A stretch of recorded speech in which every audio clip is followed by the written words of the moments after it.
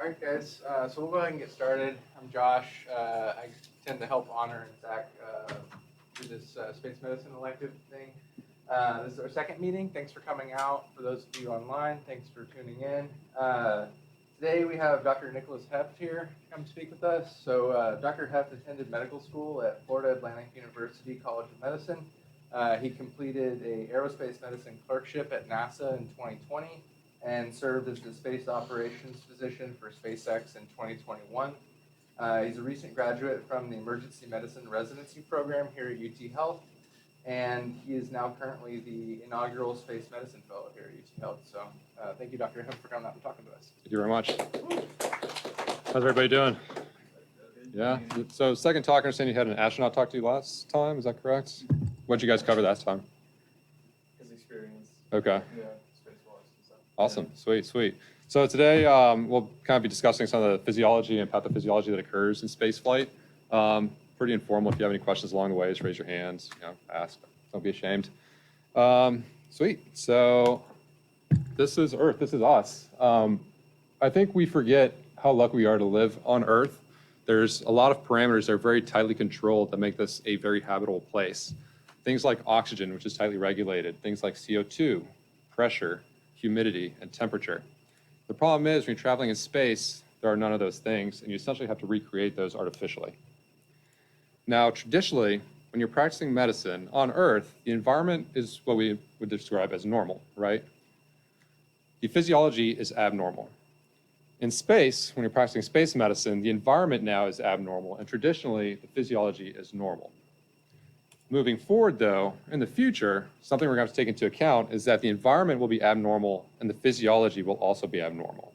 We won't always be sending these perfectly healthy astronauts into space. Eventually, the objective really is to open up space flight to you and me and to everybody on Earth, right?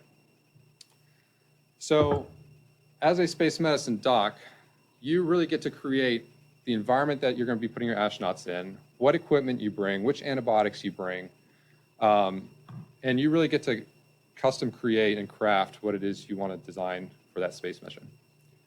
So by show of hands, if you're planning a month-long mission to the moon, for example, who wants to bring a stethoscope, antibiotics, cardiac monitors, sutures, ultrasounds? I mean, these are all pretty reasonable things, right?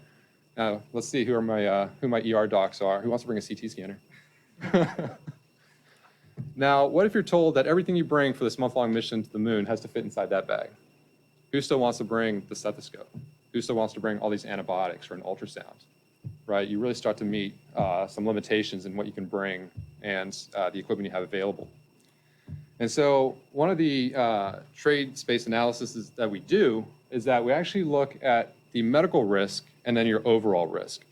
And what we try to find is the nadir between the two. So as you buy down your medical risk, you're starting to incur risk in something else, right? If I bring a CT scanner, for example, and antibiotics and a stethoscope, maybe I can't bring enough food or enough water or enough fuel.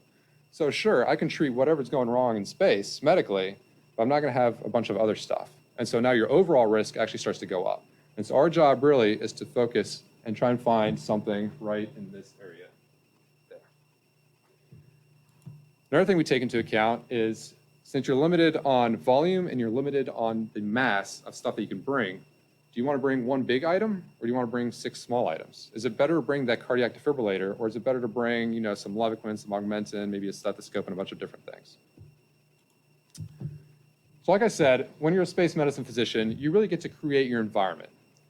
We've adapted to the Earth-like environment. We have 21% oxygen, pressure 14.7 psi, certain humidity, things of that nature. And obviously, the environment can change. People live in the Arctic, people live in the humid tropics. So the human being is very adaptable. And that's something that we can leverage to our advantage here in space is we can modify the humidity, we can modify the temperature, the lighting. You get to create your environment, but remember that Earth-like environment may not be to your best advantage, and we'll discuss why that is very shortly.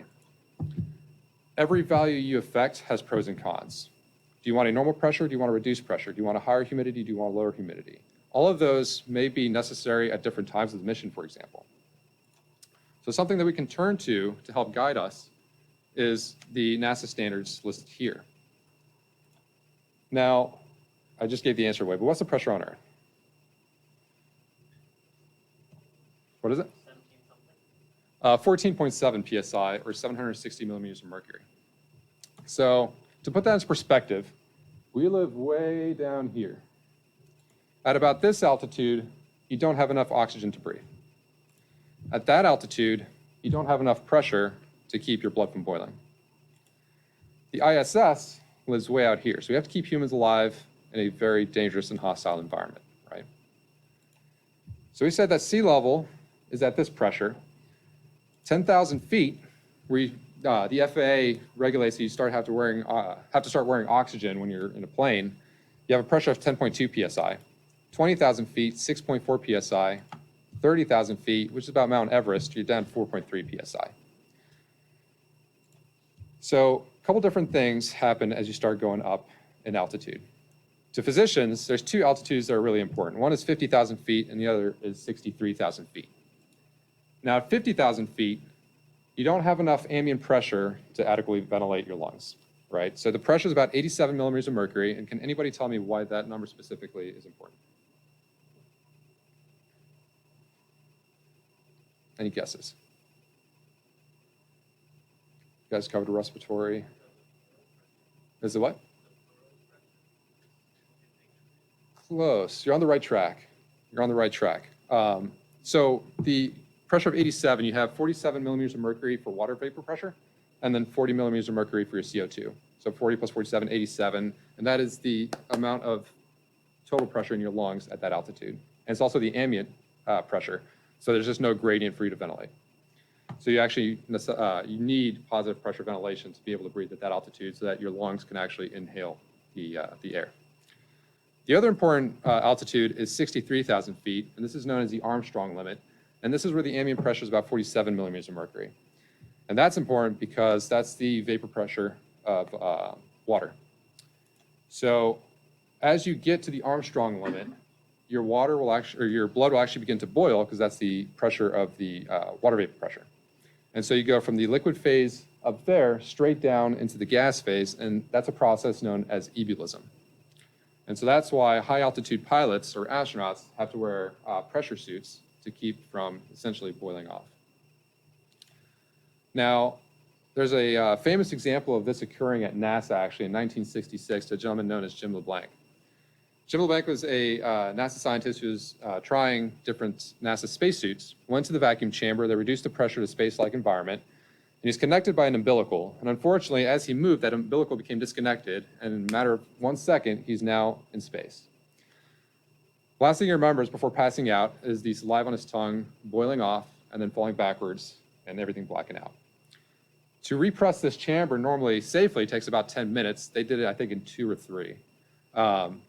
The NASA physician immediately runs in, notices that he has a pulse. He actually comes back to, says he feels fine, goes home for lunch. That dude comes back after lunch to finish off his workday. So I want you to remember that next time you're like, #so tired, you don't want to come to work. So what is a safe pressure that a human can live in? So again, turning to the NASA standards, we know that a human can live safely in about a pressure of 3.8 psi to 14.9 psi for space. Now, 4.3 psi, we said, is about 30,000 feet at the top of Mount Everest, and you'll notice that a very specific organ system is affected here, right? The pulmonary system. You need extra oxygen. Now, when you're looking at an astronaut doing a spacewalk who's at a pressure of 4.3 psi, he doesn't seem to be in hypoxic respiratory failure, right? He's smiling, having a good time. He's excited to go out that hatch. Why do you think that is? Any guesses? Nice. Excellent. Yes. So we turn to John Dalton. And what John Dalton discovered was the law of partial pressures. And that is that the ambient pressure is comprised of a bunch of different gases, and the total summation of those gases creates your total gas, right? So the partial pressure of oxygen at 1 atmosphere, where we are right now, with 21% oxygen, you have a partial pressure of oxygen of about 159.6 millimeters of mercury. At 30,000 feet, you do 0.21 times 222 millimeters of mercury, and that gives you an ambient partial pressure of oxygen of about 46.62 millimeters of mercury. Now, what do you guys think that represents? Does that put you in a certain category of pathology? The oxygen can't diffuse into your body, into your blood, because there's not enough pressure gradient. Right. So what is that disease process called? Yeah, so type 1 respiratory failure or hypoxic respiratory failure, where your PaO2 is less than 60 milliliters of mercury. So like you said, air is comprised of all these gases. Now, if we eliminate them all and just have 100% oxygen, you can still live at a reduced pressure because your total partial pressure of oxygen is still enough to maintain oxygenation. So this is actually me last week. I threw this in last minute. I was down at the Neutral Buoyancy Laboratory with NASA and SpaceX doing altitude chamber training. And what you do is you go in there, you get fitted out with your oxygen mask, you sit on the bench for 45 minutes, just breathing 100% oxygen, and then they take you up to 25,000 feet. The purpose of the oxygen is so you don't get decompression illness as you go up. Once you hit 25,000 feet, you're breathing 21% oxygen at an ambient pressure of 5.45 psi. You take your oxygen mask off, and the time of useful consciousness at that altitude is about 3 to 5 minutes. I can tell you that that is probably under very scientific experimental models, because I lasted about 60 seconds, and all of a sudden my vision started to gray out. I started to fall towards the right, got really nauseous, and you feel your heart rate speeding up, you feel your mind slowing down. It's this very disorienting feeling. They talked about some people have feelings of euphoria, and that they actually kind of enjoy it. I don't know who would enjoy that. It literally felt like I was dying. And so you have a pulse ox as you're doing it. And as you're going through this experiment, they give you a little sheet of paper and you have some very basic math problems like 18 minus 4, 20 plus 5, stuff that, you know, a 5-year-old could solve. I had a very simple crossword puzzle and I had a very simple maze that was essentially a straight line with like 2 branches off of it. And after about 60 to 90 seconds, you just stare at that paper and you can't think. And you know the answer, you know the answer. You're like 5 plus 10 and you're just staring at it and you can't solve it. I looked down at my pulse ox, I was sat 71%, my heart rate was 160.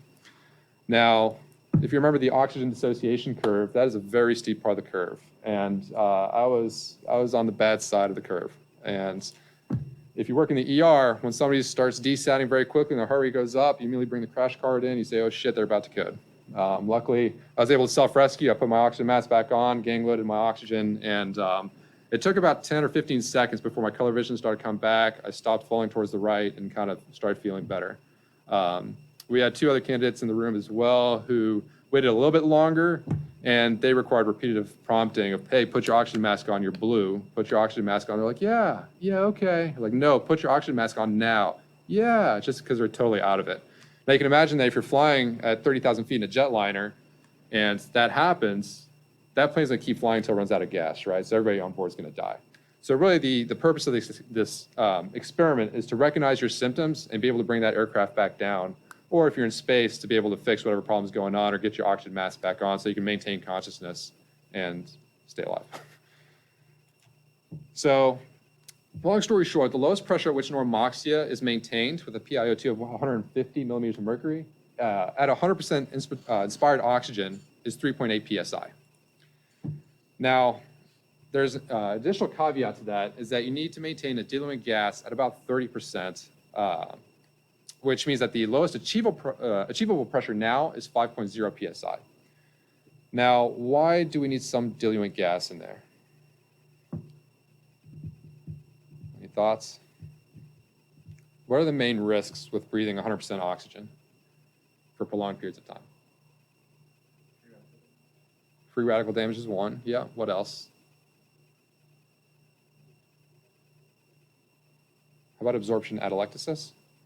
So you displace all the nitrogen, and the oxygen will get sucked in by your bloodstream very quickly, and your alveoli will actually start to collapse.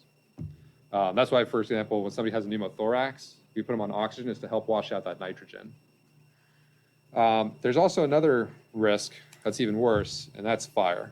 Now, I don't know if anybody's familiar with this crew, Apollo 1 back in 1967. They were doing a test. They actually overpressed the capsule and were in a 100% O2 environment, and there was a spark, and then this happened. The crew, unfortunately, did not survive, and these are their remains here. So for spacewalks, like we said, you can go down or go up to 100% O2 in a very contained environment, and there really is no workaround. But if you're in a capsule, there's no need to place the crew with this additional risk. There's also additional risks that are incurred with fire. you have the production of carbon monoxide, hydrogen cyanide, hydrochloric acid, and formaldehyde. So even if it's a small fire, that contaminates the entire atmosphere, and that's going to take a long time if the filters can even remove those contaminants to protect the crew health, right? And because you're in space, you can't just open the window and air everything out.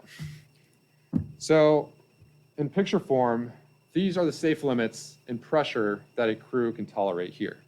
So you can see that as your pressure goes down, you're going to need an increase in your oxygen concentration. And you can actually see historically some of the different pressures and oxygen mixes that crews have had in the past. So Mercury, Gemini, and Apollo, for example, had very reduced pressures at 100% O2. And then they realized this was less safe. So we moved to Skylab, increased the pressure a little bit, decreased the O2. Then we moved to the shuttle, which moved even further to the left. And now the ISS is an Earth-like environment, 14.7 PSI, 21% oxygen. And the reason for that is A, to protect the crew, but it's also a huge laboratory, right? And so we want to maintain as normal an environment as we can for these experiments, so that the one variable really is space, right? Radiation, microgravity, things of that nature. We don't want other confounding factors like a reduced pressure or increased O2 start messing with experiments. So back to your original question. You're going to the moon. What pressure do you want? What O2 concentration do you want for your crew? You have a goal PiO2 of, say, 128 millimeters of mercury. Do you want a pressure of 8.2 and an O2 mix of 34? Do you want to increase the pressure and reduce the O2 a little bit to 9.8 and 28? Do you want 10.2 and 26.5? Do you want something in between, something that's not even listed here? And why? And can you back up that argument? The problem with reduced pressure is that you have the risk of decompression illness or decompression sickness. You have type 1 and type 2. Type 1 is not so dangerous, right? It affects your joints, it affects your lymphatic system or your skin. And you actually see on this x-ray here, the joint space widening between the two fingers here, and that gas bubble of nitrogen, which causes pain, usually accumulates at your joints, which is why it's called the bends, right? You get bents, and that's why it hurts. Type 2 DCS, as you can see on this postmortem examination here, you have nitrogen bubbles inside the cerebral vasculature, and the patient will stroke out. If it goes to your heart, you get a heart attack. So for DCS, how would you minimize the risk? They say, hey, doc, we're going to be operating at this pressure. What's safe? And do you have any information to back that up? Any thoughts?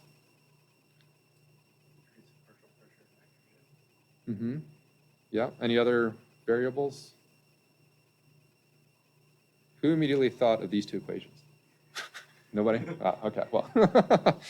So you're solving for R. Basically what you're looking at, that first equation is the first part, and then you plug that into the second equation and R naught. So the partial pressure of nitrogen is the partial pressure of nitrogen you have at that initial moment, right? So here it'd be with a 79% nitrogen at a partial or at an ambient pressure of 760 millimeters of mercury. Then divided by the total pressure of the suit you're going to be operating in. That's going to give you an R number. You plug that into the second equation, and then you're looking at the half-time of the nitrogen wash out of your tissues here, which we say is about 360 minutes. You have a couple different tissue types in your body. You have fast tissues and slow tissues. And basically what that means is the rate at which nitrogen is metabolized out of your body. Things like your brain are fast tissues, where if you're exposed to nitrogen, your body can clear it very quickly. Slow tissues like fat, bones, joints, things like that, take much longer to wash out the nitrogen. Depending on which textbook you read, there's 7, 9, 16, whatever different types of tissue speeds rated from fast to slow. The one that most accurately correlates with decompression sickness is the tissue compartment that's about 360 minutes. And so that's the one we plug into this equation because it's the highest risk. Even though it's not the 480-minute one or the 240, that one specifically, for whatever reason, is the highest risk. T on the top, the numerator there, is going to be the amount of time you're breathing 100% oxygen to help wash out that nitrogen. So long story short, you plug all those values in, it's going to give you an R number, and you want that R number, at least for current mission profiles, to be between 1.6 to 1.7. So what does this table show here? So what you can see is that, for example, the International Space Station, which operates at 14.7 psi, if you want to go down to a reduced suit pressure of, say, 4.3, that top blue one, you're going to have to breathe 100% oxygen for 240 minutes to get to an R value of 1.7. Does that make sense? Awesome. If you are going at a increased suit pressure, for example, of 8.3, that time is much less. Now, what if you're living in what we call an exploration atmosphere, where the ambient pressure is reduced? Instead of 14.7, your ambient pressure is 8.2. Now you want to go into your spacesuit that's 4.3. You can see that you don't even need to do a pre-breathe. You can go straight into your spacesuit. You're well below the risk mark, right? So these are some of the things that we have to take into consideration is, are you focused primarily on science? Do you want to be able to perform EVAs quickly? And what's your mission set, right? So for ISS, sure, we can operate at 14.7 PSI. On the moon, for example, when we're doing exploration class missions, we're gonna be doing EVAs all the time. You can't spend 240 minutes every day doing a pre-breathe just to go out to do your EVA for 6 to 8 hours, right?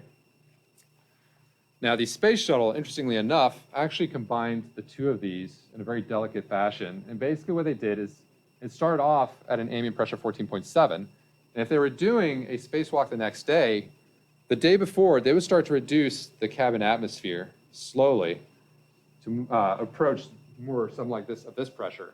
And that helps wash out the nitrogen. And then right before they do their spacewalk, they breathe 100% oxygen for 30 minutes or so, and then they're out the door. And so they have that 24 hours before of essentially pre-breathing and reducing the atmosphere slowly to help wash out that nitrogen, so they're not spending 6 hours, 4 hours, whatever, doing nitrogen purge. Now, when you're doing an EVA, you do the pre-breathe, like we said. Your suit pressure will start at about 5.5. And over the course of a couple hours, you'll actually see that the suit pressure actually continues to drop to a total pressure of usually about 4.3. Now, your risk value, like we said, is well below the 1.6 to 1.7. And then by the time you are about done with the spacewalk, your risk of decompression illness is essentially zero, right? The one is the same risk that you occur on Earth. So there's no risk. Now, what are the advantages and disadvantages, you think, of having a reduced suit pressure or an increased suit pressure? If we know that a reduced suit pressure is dangerous, why don't we just send the astronaut out the door with a 14.7 PSI suit? Why are we so concerned about reducing that suit pressure? Yeah, exactly, right? So we look at something called the mobility score. A mobility score of 1 is essentially how easy it is to just walk unassisted right now on Earth. And you can see that as the suit pressure starts to decrease, the mobility score gets easier and easier, right? So if you're fighting a 14.7 PSI suit, your metabolic rate is gonna be so high, it's gonna be hard to move around on ISS or do that spacewalk. You're gonna be so focused on just trying to move your leg to walk. So having that reduced suit pressure makes it much easier. Now, there's two main types of EVA suits. You have the American suit, the EMU, and then the Russian Orlan suit. The EMU operates usually at about a pressure of 4.3 PSI, whereas the Russians operate about 5.7 PSI. Now, like we said, the American spacesuit will be easier to maneuver in. The Russian spacesuit is just a little bit safer in terms of DCS because you have a higher pressure, but it's going to be a little bit tougher to move in. Now, to put this onto picture form, like we said, your EVA is going to be 8 hours. If you're spending 7 hours pre-breathing oxygen, look at what it does to your amount of sleep, right? You only have 24 hours in the day. You're doing 15 hours of EVA stuff, 8 hours of EVA, 7 hours of pre-breathe, then you have your pre-EVA, your post-EVA, you've got to call medical and ground control, tell them about your day, etc. That starts to eat up into your sleep time. If you're operating at a lower pressure and you only need 30 minutes of pre-breathe, for example, look at your total sleep duration, 8 hours. Do you rather sleep for 8 hours or just sit there on a bench breathing oxygen for 8 hours? By show of hands, right? So these are some of the things that we have to take into account when you're breathing, purging out your nitrogen for a spacewalk. Yeah. So you can. Like for example, the space shuttle is really the closest model we did to that, where they just reduce the pressure instead. You don't want to raise the ambient O2 for fire risk, et cetera. And then just sitting there with an oxygen mask for however long while you're sleeping is really uncomfortable. So it comes down to just comfort and just total mission profile. So the easiest thing really is just to reduce the pressure if you can. So the next gas we'll talk about is CO2. So the ambient partial pressure of CO2 on Earth is about 0.3 millimeters of mercury. In space, on ISS, for example, it's about 10 times that, at 3 millimeters of mercury. Now, the thing with space is that there's very limited Brownian motion in space because you're in constant free fall and you're in this altered environment. So gas diffusion is very limited. It's very weird up there. And one of the coolest things, I think, unless it happens to you, is that when you exhale, surface tension is the strongest molecular force in space. And so as you exhale, that CO2 will actually start to accumulate on your face and form a little bubble, much like the water's forming a bubble around this swimmer. And so there are reports of astronauts waking up at night, with a bad headache, and then it turns out that the fan stopped or something like that. It's just not circulating the air, and they have the CO2 bubble around their head. You just waft the air, turn your fan back on, get some fresh air in front of your face, and you're back to normal. The danger really comes when they're doing work on ISS, and say they pull out a big experiment or engine or something like that and crawl into the hatch space. That area is not well ventilated, and a lot of CO2 can just accumulate in there.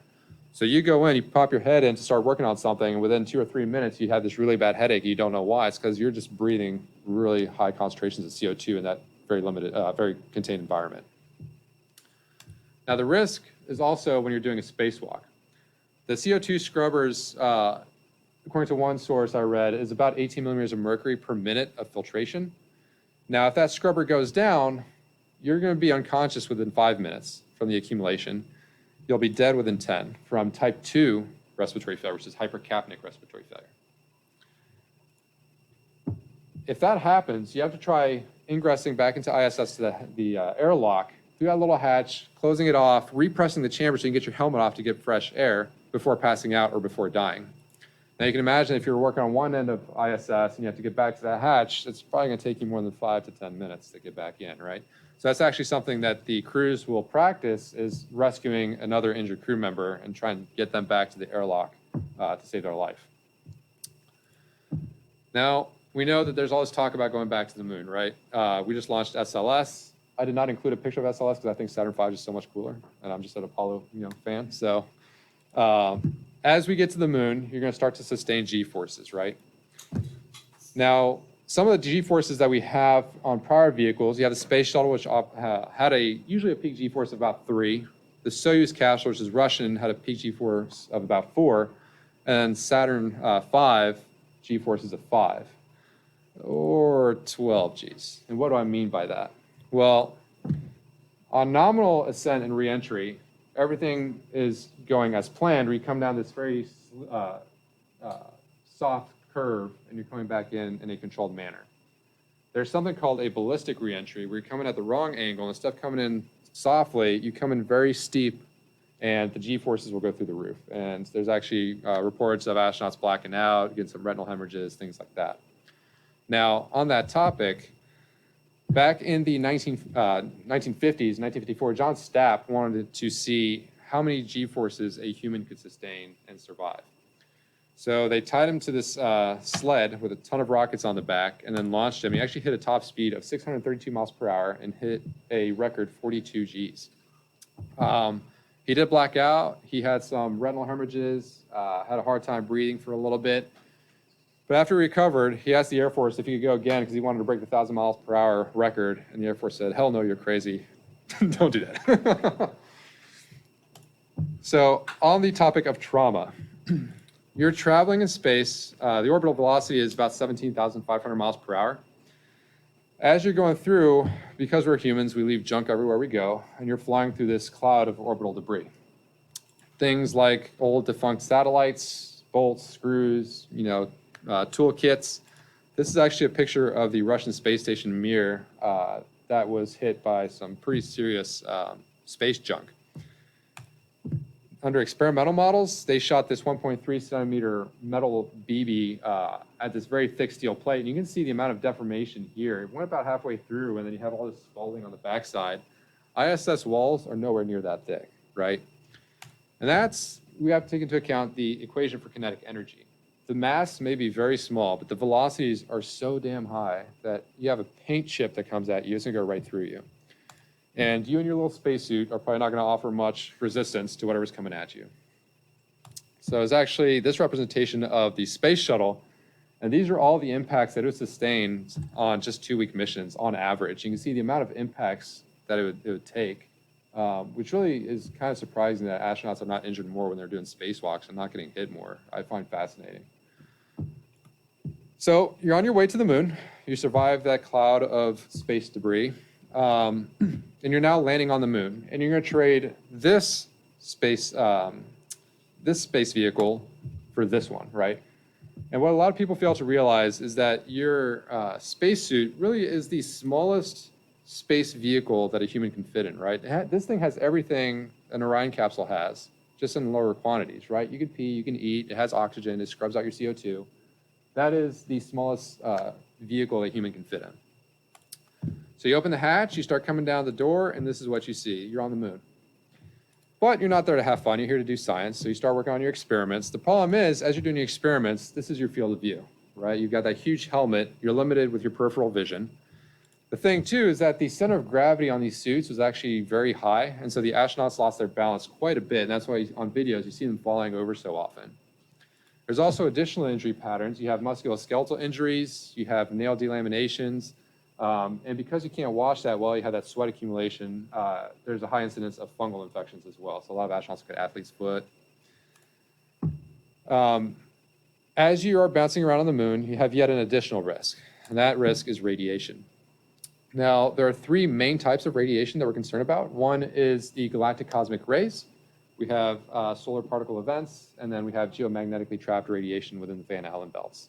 And they're all different types of radiation, and they all kill you in different ways, but they all kill you, and that's really what we're concerned, right? So one way we can represent that graphically is looking at something called linear energy transfer and then biological effectiveness.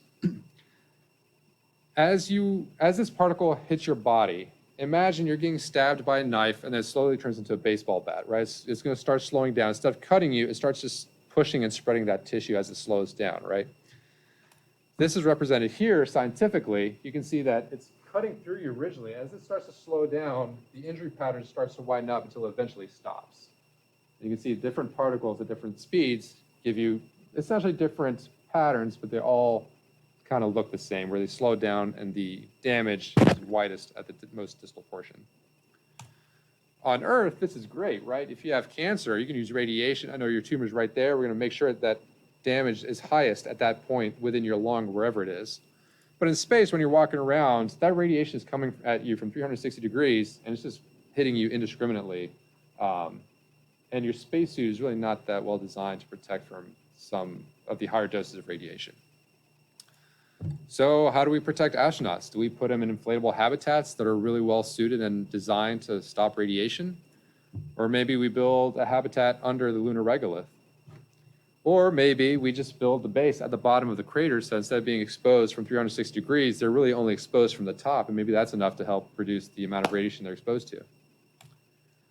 Now, another neat fact about the moon is that the white-dark interface is called the terminator, and you have positively charged particles on one side and negatively charged particles on the other side. And what that looks like if you were standing on the moon is this huge dust cloud that's coming at you slowly. Now, you can imagine that the lunar dust is very, very small, and it just gets everywhere, as we saw in the Apollo missions, right? You can see how his spacesuit is just coated in dust. It's on his face. It's in the atmosphere. They're coughing all the time. It gets in your eyes, causes corneal abrasions. So this is definitely a problem that we're going to have to address on future missions, and it's one of our primary concerns. The other tough thing about this, too, is that the particles are so small that it actually goes into your deepest portions of the alveoli, can cross the cells between the alveoli and the blood vessels, go into your bloodstream, and actually they deposit in your heart, they deposit in your lungs. There's some suspicion that they deposit in your brain. There's actually some experiments they did on rats in China where they exposed them to simulated lunar dust at these micron-sized levels. And the lunar dust simulants would deposit in the cardiac tissue and actually cause things like VFib, VTAC, STEMIs, things like that. So you can imagine that the astronauts who are living on the moon for 6 months, if they're exposed to this daily, it really could get very problematic very quickly. So one way we could minimize the risk for that is to do what we call externalizing the environment, where you go into the spacesuit from within the vehicle, directly into the suit, you close the seal behind you, and then you detach from the vehicle. That way you're never bringing that suit into the Apollo, or into the capsule like they did in Apollo, right? Because then that dust liberates and you go back into space, you're now exposed to microgravity, that dust liberates and is now contaminating the atmosphere, gets in your eyes, your lungs, etc. You leave the moon, you're now on your way back to Earth, and you're about to start re-entry. Luckily, you survive re-entry in those G-forces. You're not exposed to the ballistic re-entry we discussed earlier.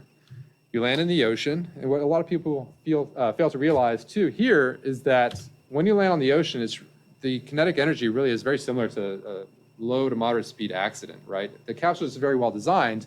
They're not exposed to those forces, a lot of absorption, but the trauma is still there. So you land just a little bit off, you could break an elbow, Some of the Apollo astronauts actually, when they landed, some of the stuff that was detached in the cabin, for example, there's one report of a camera that was not well attached that fell and hit one of the astronauts in the face. So that's all stuff you have to take into account as well. They fish you out of the sea, bring you onto the boat, and you're so happy. You're back on the Earth after being on the moon for 6 months, 1 month, whatever it is. You just want to get out of that capsule and just kiss the ground, and you're so thankful to be back on Earth. Who just wants to open that capsule and just come out? The show of hands. Who just wants to come out? Yeah? All right, you're all dead. The reason for that is that the hypergalls that have accumulated, hypergallic fuels are the fuels that the vehicle will use to get up. As those are consumed, they start to coat the exterior of the capsule, and things like monomethylhydrazine or dinitrogen tetroxide will accumulate on the outside and begin to off-gas. And so what you'll see is that a lot of the crew will have respirators. They'll test for these gases, and once it's safe, they take the respirators off, and then they open the door. The reason that's important is because this happened actually on the Apollo-Soyuz mission in 1975, where the Russians and the Americans docked in space. There's this big publicity, political event. But when they opened the hatch, there were some hypergalls on the outside that contaminated the environment internally. And the American astronauts were actually hospitalized for, I think it was 2 weeks when they got back to Earth upon landing, because they had been exposed to those two gases. So now we want to go to Mars, right? So ISS is about 240 miles up. The moon is about 1,000 times further than that. And Mars is about 1,000 times further than the moon. The thing, too, is that the trajectories are so different that if you leave to go to Mars, the orbits at some point will be opposite from one another across the sun. And so you're stuck there. So once you get there, it's about 6 months to get there. You either stay for 1 month or you stay for 18 months because there's literally no way to get back. So that's something else to take into account, is that if you go for the long duration, you're going to have to be out there for about 3 years. Now, a lot of the drugs that we use on a day-to-day basis expire within 2 to 3 years on average. There's some that are 4 or 5, some that expire within a year. But on average, I think it's 90% or so are within 2 to 3 years, which means that 2 years in, you're on Mars, half your antibiotics and other drugs are losing their potency. And not only they're losing their potency, maybe they're creating some sort of toxic byproduct as well that is not only not helping you, but it's actually hurting you, right? And so they did some experiments on this back on the space shuttle days on ISS. And things like Bactrim, Augmentin, Synthroid, actually, for hypothyroidism, all those showed accelerated degradation in space, which was pretty interesting. So there's some antibiotics that just will not work well in space and some that will work better. Not to mention, you're floating inside this thing for 3 years. You're going to go crazy, probably, right? I mean, think about how much you like to move, and go outside, get some fresh air. If you're inside this habitat for 3 years with the same people, mental health and behavioral health is really going to be a primary issue. And that's some of the research I did during my NASA clerkship, actually, was looking at behavioral health on long-duration spaceflight. And so what's the answer to that, right? If people start to go crazy, you just bring more Haldol? Are you shooting them up with antipsychotics every day? Is that an option? Or maybe you build more windows into the vehicle so that they can actually look outside, right? If you have windows everywhere and you're seeing the stars, maybe that helps with the psychological component versus just having these steel walls everywhere. Or maybe you bring things you enjoy, like musical instruments, cards, board games, whatever it is. I don't know. What do you enjoy? Is that enough to sustain you mentally on long duration missions? Additional things, you're always under constant surveillance as an astronaut. You're always, looking at your heart rate, your blood pressure. You're always talking to ground control. You don't really have much privacy. There's workload saturation, right? You're on this constant timeline. You got to do X, Y, and Z at this time. I mean, you saw the timeline earlier with the EVA and the pre-breathe. If you're doing science, those timetables are even more compressed, and you're really just always under the gun to get things done. Not to mention the food sucks, right? I mean, who gets a craving from time to time? Like, damn, I just want a bowl of ice cream. I just want, a taco, whatever it is. When you're on a 3-year mission, you have what you have, and that is it. If you have a craving for a taco and you have 5 tacos, you ate them all that first month, you have no more tacos for the next 3 years, right? It's all dehydrated food. There's very limited flavor. Plus, when you're in space, because of the cephalad fluid shift, you get nasal stuffiness and you lose some of that flavor. So you'll see that a lot of astronauts actually put a lot of Tabasco sauce in their food just because that's the only thing they can taste, and the food just has no taste, right? So when you're planning your mission, crew size and composition is another factor. Do you want a crew of 2, like they did back in Gemini? Do you want a crew of 3, like they did in Apollo? Do you want a crew of 4, like they're doing now on Dragon with SpaceX? Do you want all men, all women? Do you want old and young? What mix do you want? And so they do look at a lot of this in simulations as well here on Earth with Hera, for example, which is the Human Exploration Research Analog or something like that, I think. I have a buddy who's doing that actually in 2 weeks. But you live in a contained environment for a month or 2 with these other strangers. They start affecting different parameters. Is it 4 men, 4 women, 2 and 2 kind of thing, and to see how people interact with one another. Long story short, we still have some work to do before you're working the night shift on the Mars moon, right? But what is undeniable is that there will be a need for space medicine physicians one day in space to provide that acute care to any wounded astronaut that you may come across. So here's your final exam. Who can tell me what is wrong with this picture? You're a space medicine physician and you see this while you're on console.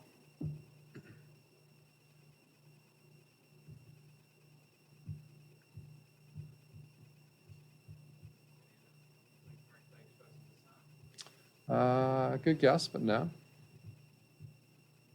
Anything at all. Just give you a clue. So if you're going out with your friends and you put your shoes on the wrong feet, you're like, ha, you're drunk, your shoes are wrong, ha.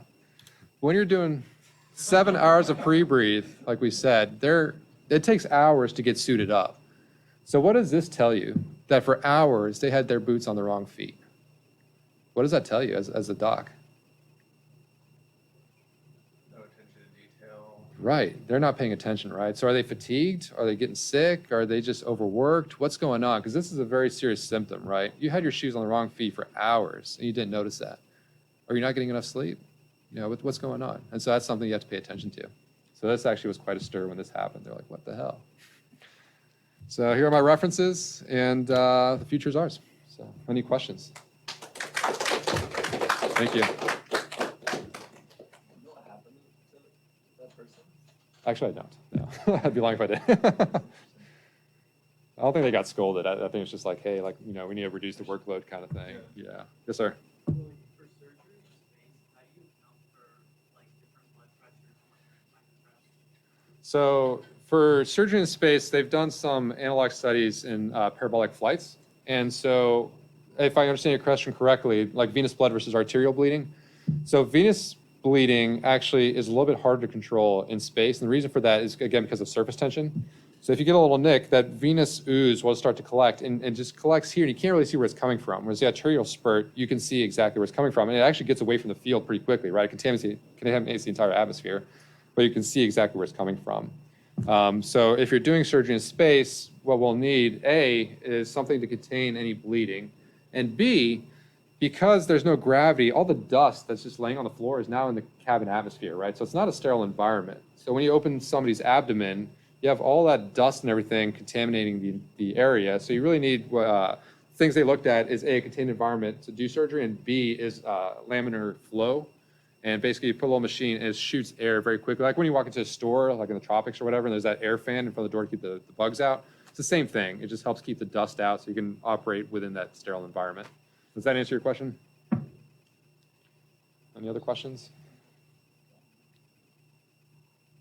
Yeah.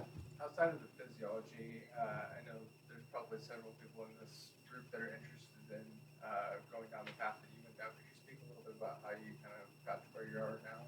Yeah. So I was super interested in space medicine since high school. I knew that was like the kind of career trajectory I wanted to take. I really had to kind of create my own opportunities as it came along. The biggest thing, kind of like we discussed earlier, is the NASA clerkship, which is offered in April and October, I believe. And then there's the PASM course, which is expensive. I think it's like $1,500 or so. Maybe a little bit cheaper if you're a med student. And that's only offered in July. But both those courses will get you exposure to NASA astronauts, a lot of the FAA personnel, NASA Axiom, SpaceX, Sierra, Blue Origins, whatever it is. Everybody kind of comes in, gives different talks. You get to work on different projects in both of those and present them actually to the NASA folks. And those are great career resume builders for your future career. I rotated at SpaceX last year just because I had a friend who rotated there as well. And like I said earlier, unfortunately, those opportunities are kind of drying up because some people did some not so good stuff. So those are a little bit harder to get. Axiom is right around the corner.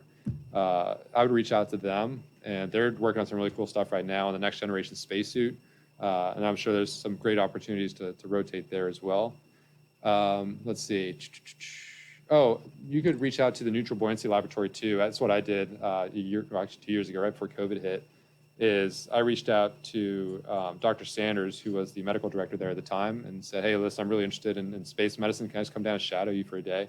And so I showed up at 7 a.m. or whatever it was. We did screenings on the astronauts and the divers, and I got to hang out by the pool and see what they did, put on the spacesuit, learn all about dive physiology and how the astronauts were practicing and things of that nature.